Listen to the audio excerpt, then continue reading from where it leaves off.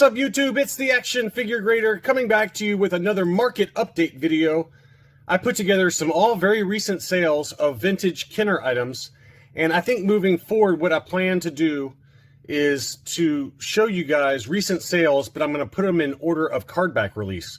So starting with the earliest card backs all the way through Return of the Jedi and Power of the Force card backs, and just show some recent sales, show you some or give you some thoughts on pricing. So let's go ahead and dig right in. The first thing I wanted to cover were a couple of 12 backs. And, you know, obviously 12 backs are the earliest releases for the vintage Kenner items, but I've noticed that prices have jumped quite a bit on those as well, just like everything else. But the first one I've got here is a 12 back B Jawa. Now, historically, there's been several figures in the first 12 line that have always sold at a massive premium, and that would be Leia, I guess even Han, Luke, Vader to a certain extent, and Kenobi. But I've always found that, in general, 12-back Jawas were towards the lower end of the scale for the pricing of 12-backs in general, in terms of characters. And that has not, is definitely not the case anymore. So, 6 months ago or less, you could pick up a 12-back B or C Jawa for, I'd say, 900 to 1,000 on average, depending on the grade and things like that. This one just sold very recently. There's a 12-back B, 80 plus overall grade, so really nice high grade item with the archival case. And so you can see that there, 80 plus overall, really nice. But they sold for $1,700 plus 20 shipping, so a little over $1,700. That's a pretty eye-popping number for me. Like I said, 6 months or less, I've seen some auctions even sometime this year where you can find some 12-back Bs for under $1,000. So that was a big number. And, it's a sign that, I don't know what to make of that number other than, obviously the collectibles market is high, but I think that it might signify to me that there's a lot of new money, a lot of high-end new money in the market. I can't tell you how many times I've had collectors reach out to me who have watched the channel and talked about asset diversification, and whatever, if you got the money and you got play money at this scale, I certainly don't, but, and they want to have something other than stocks because the stock market is so high right now and everything's so expensive. And as I talked about in my hard assets video, they want to put money to work and not just have it sitting in the bank account as inflation slowly eats away at that. And I've had a lot of people reach out to me privately, both on Instagram and, through Facebook and things like that, saying, hey, I want to get some really cool Star Wars figures. I'm starting a collection. What do you recommend? And they got deep pockets, and they're throwing money around. And again, I'm not criticizing. It's just pretty fascinating to see. But I think that's at play in addition to just the collectibles market with standard Star Wars collectors who've been doing it for a long time and want really high grade items. But that was a big number, 1,700. The other one I wanted to point out, and this is a 12-back C, so it's of the 12-back ABC. Obviously, the C is the latest release for the 12-backs, and this was a Kenobi. Obi-Wan Kenobi, and it was a 75 plus, which is still a great grade, don't get me wrong, but that's $2,000 is a big number. That's a really big number, and I was really surprised to see that go that high. I mean, you could get a 12-back A. I've seen them sell even recently in the Facebook groups a 12-back A, which is the earliest release, in a higher grade for that amount or less. So, it's just really difficult to make the numbers work, in my opinion, on eBay with taxes that they charge you now and the eBay selling fees. So sellers tend to add those 10% or 13% selling fees on top of what is market. And a 12-back C is a beautiful, don't get me wrong, this is a beautiful item, but it's got two price stickers in the upper left-hand corner, which a lot of collectors don't like. And it's a 75 plus, so it's not even an 80 grade. So $2,000 is a big, big number. So now let's dig into some Empire Strikes Back figures. And I think personally, if you're asking me what I think is still got some potential for additional upward mobility in terms of prices, I think it would be Empire Strikes Back cards. And this is a really interesting one, and I was drooling over it. And while it wasn't super high grade, you can see the damage there on the card back. What's unique about this one is that this is a 21 back transition card, and I've got several transition cards in this video coming up, so you'll see it in a second. But transition cards basically are figures from the previous card back, characters from the previous card back on the new card back. So, for example, this is an Empire Strikes Back card back, but these 21 back Empire Strikes Back card backs had a secret figure offer for Bossk. And what's unique about this one is that this has an offer extension sticker on the front. And so over top of the typical explosion saying secret figure offer, this has the offer extended sticker on the front, and it's also on the back. And I'll zoom in here. You can see that in the lower right-hand corner where it says offer extended. These are very, very unique. If you ever see one of these at a reasonable price, I think this is only the second one I've seen ever for sale. And not that I've been looking for them, but that's a really unique sticker, because it's only for a limited time when those were on the actual retail product, obviously, since it was during that transition period from when the 21 back Empire Strikes Back cards were released originally with just the standard secret figure offer, and to where they're extending the offer. And there's all kinds of different 20 backs with offer extensions, things like that. But these Empire Strikes Back 21 backs with that offer extension are pretty unique. And, it was listed for $600. I had it on my watch list, and I didn't even mind the damage just because it's such a unique card back to find. And but it did sell fairly quickly. I want to say within a day or two. But really, really unique to see that offer extension sticker. And so the next one I wanted to talk about is this Empire Strikes Back IG-88. Now, this one is pretty heavily yellowed, as you can see. And what I like about Empire Strikes Back cards is that they're not nearly as expensive as 20 backs and 12 backs. They're much less plentiful, in my opinion, than Return of the Jedi cards, where Lucasfilm and Kenner were in full production mode with pumping out figures. It was during the heyday, during the Return of the Jedi line. So, but Empire Strikes Back is kind of in that weird transition period where the next movie was coming out, and no one really knew what to expect and how well it would do relative to the phenomenon that was the original Star Wars film. But this IG-88 was pretty heavily yellowed, in great shape otherwise, but the price was really surprising. It was listed at $950, and it was best offer accepted. And again, we don't know exactly what it was. It was $40 shipping, so $950 plus $40. So the list price was $990, and who knows what he accepted on that. But for a yellowed blister Empire Strikes Back, that seems like a lot, given that it's not that difficult to find clear blister Empire Strikes Back figures. But I think what you're seeing here is, what's the takeaway from this one? The takeaway from this one, in my opinion, is that IG-88 is really experiencing a price surge. And we can blame The Mandalorian on that one, because IG-11 was such a cool character. He had a really nice prominent role in season 1 of The Mandalorian. And I think the carryover to that is that IG-88 items have really shot up in value over the last 3 to 5 months, especially. So $990 list price on a yellowed blister, and probably still an 85 grade item. But this is not even his original debut card. This is a 41 back.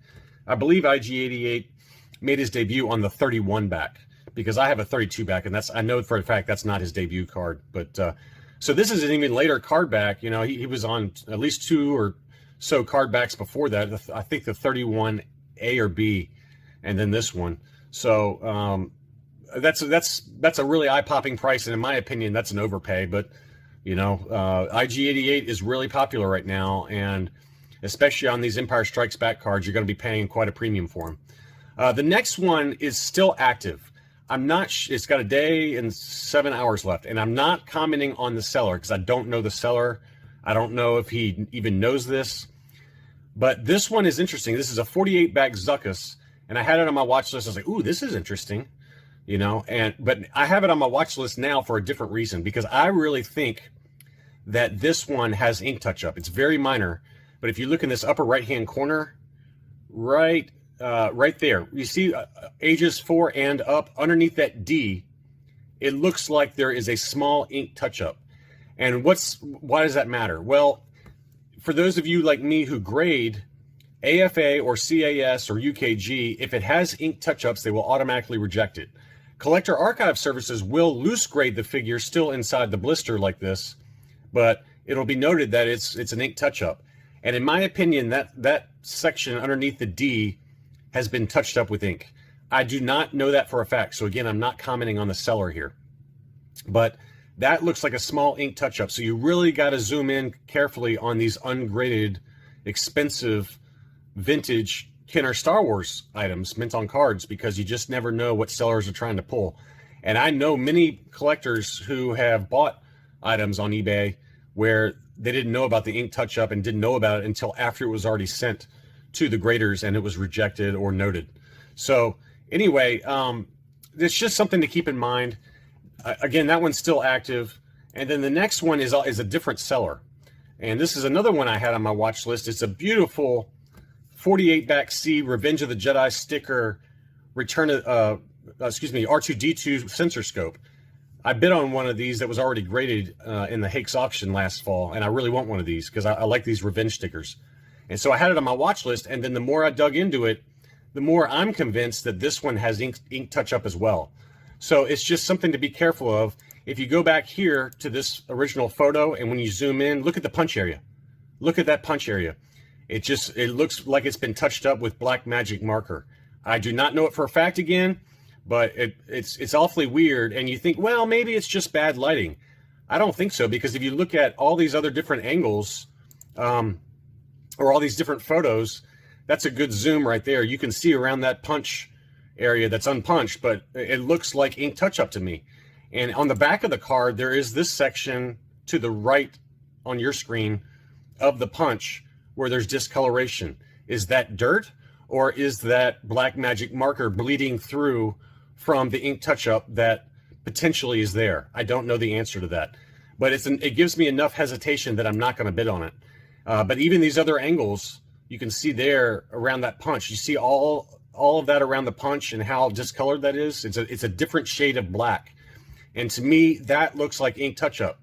And it's in every single photo. You can see again right there. So I would just be very careful. And right now it's at $200 with 51 watchers. So, you know, somebody might, I'm not saying definitely, but they might get that item and they'll be very disappointed that it has ink touch-up. But to me, it looks like ink touch-up. So just be very careful out there. This is another interesting one that I wanted to bring up, because Forlom, in terms of Empire Strikes Back cards, he was only available, to my knowledge, on the 48 backs. And so this is a 48 back Forlom with the Revenge sticker. It is yellowed. It's a yellowed blister. And so this is one that you're going to pay a premium for. So keep that in mind. Forlom is fairly easy to find on the 65 backs. He's a little more expensive on the 48 back Return of the Jedi transition cards. But this 48 back Empire Strikes Back card, this is the only, I think his only release, card back release for the Empire Strikes Back line was this one. And this one was yellowed, and it's at it sold for $680 plus 20 shipping. So $700 was the sales price for a yellowed blister, admittedly in great shape, probably an AFA 80 yellowed. But I've seen these with clear blisters sell for as high as $900 or even $1,000 if it's really high grade or already graded. So that was just one I wanted to point out, because that number was pretty big to me for a yellowed blister Empire Strikes Back Forlom. But it just shows you that if you have a figure that you know was only released in limited quantities on a certain card back, you're going to have to pay a premium for it. Next up, this one blew my mind. This is another transition. This is Bossk on the transition Return of the Jedi card back with the Neon Numb offer. Clear blister, absolutely gorgeous card, probably an 85 or an 80 plus. Absolutely gorgeous. I have this one.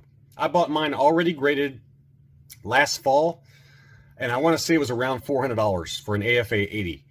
And this one was ungraded, but beautiful condition, and it sold for $910.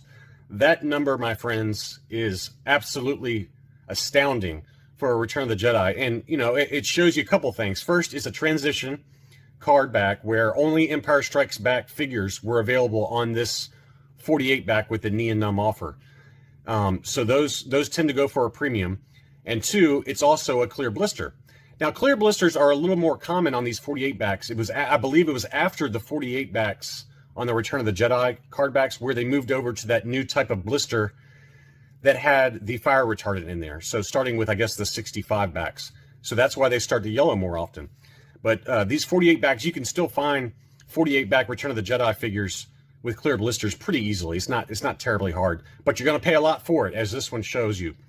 But $910, that's a really high number to me when you can get an Empire Strikes Back Bossk, an earlier card back with a clear blister in similar condition for that price or less. I mean, I showed you in my last Kenner video a 48C back with a revenge sticker that sold for $860, and this one sold for $910.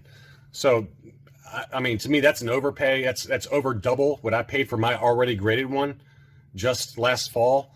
But that's a pretty big number. But I just throw that one out there just because I think it's important to see these kind of data points for certain unique card backs, especially transitions. The next one is another transition that I was watching and I liked it. I've already got a 65 back clear blister Death Star droid that I paid quite a bit for. This one is on an earlier card back, the 48 transition, but it had a yellowed blister. I was curious to see what this one would sell for. And in my opinion, this one actually went low.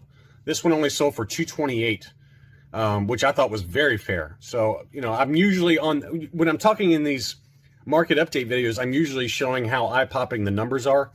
But this one is one where I thought he got a great deal, whoever bought this. The blister is yellowed, but it's very lightly yellowed. And it's on beautiful transition, neon in great shape overall. But $228 plus $10 or $11 shipping, that's a good deal. I would have paid that all day long, and I probably should have bid on it. So next up, we got a little bit later. We're going later now. We got a 77 back A Jawa with a yellowed blister, very lightly yellowed though. It's not terribly yellowed at all. And it was AFA 85, so that's a really nice high grade 77 back.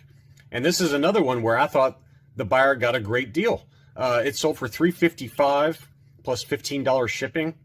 That's a good deal to me. I mean, you know, it's one thing if it was like so heavily clouded and yellow on the blister that you couldn't barely see the Jawa, and you do see that quite a bit.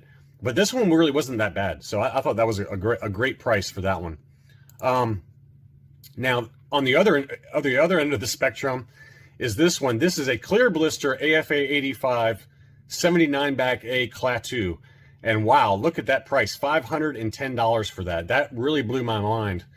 Now, this was sold by Collectible Investment Brokerage, Ron over there. They're affiliated with AFA. They do a lot of work with them, or it might even be an affiliated company. But Ron over there has sold me some things before. Great guy.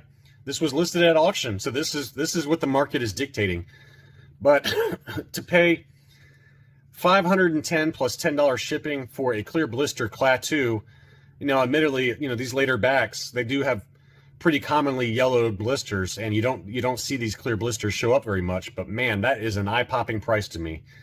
Eye-popping price for a Klaatu 79 back, $510. Finally, before we wrap this video up, I wanted to take a look at one quick Power of the Force Last 17 figure. If you guys are collecting Star Wars figures these days, especially the vintage stuff, you know that the Last 17 figures have just skyrocketed.